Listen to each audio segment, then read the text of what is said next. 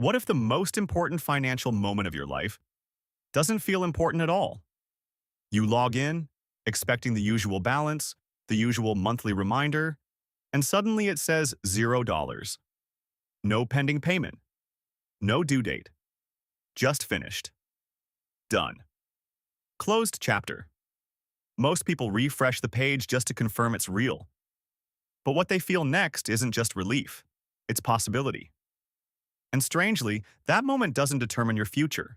What you do in the next 30 days does.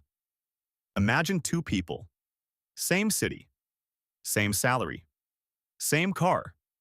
Both just made their last payment.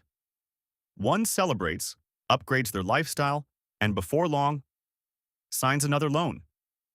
The other keeps driving the same car and redirects that money elsewhere. Fast forward 20 years. Their lives look completely different. Not because one worked harder, because one decision kept compounding quietly in the background. Here's the part nobody explains.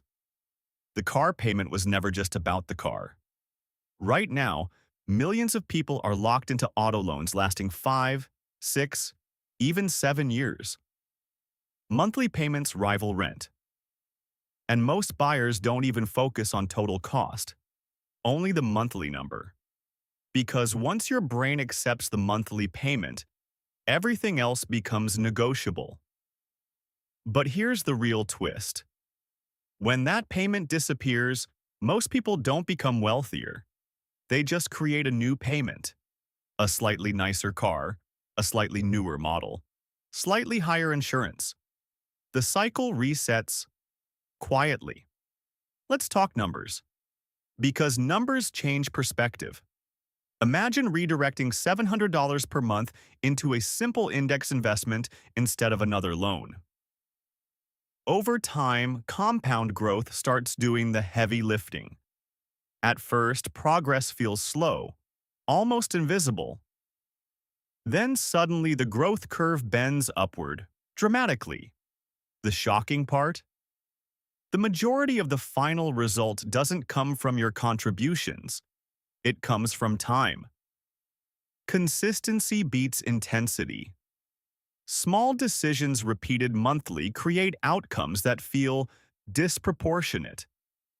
And that's why the payment you don't restart becomes more powerful than the income you increase. There's also something psychological happening here. Debt doesn't just affect your bank account. It occupies mental bandwidth. That quiet background calculation, the constant awareness of upcoming payments, it reduces cognitive freedom. Remove the obligation, and people often notice something unexpected. Clarity. But freedom can be deceptive. Extra money in your account doesn't automatically become wealth. It feels like flexibility.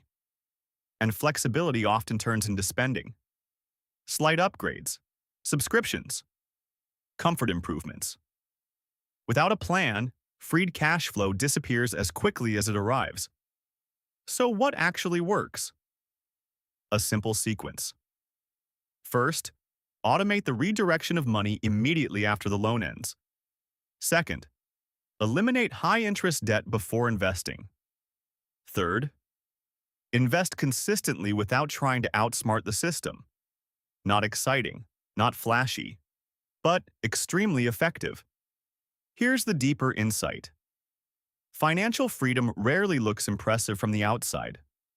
Often, it looks like driving an older car while quietly building options. The option to change careers, take time off, say no, move cities, reduce stress.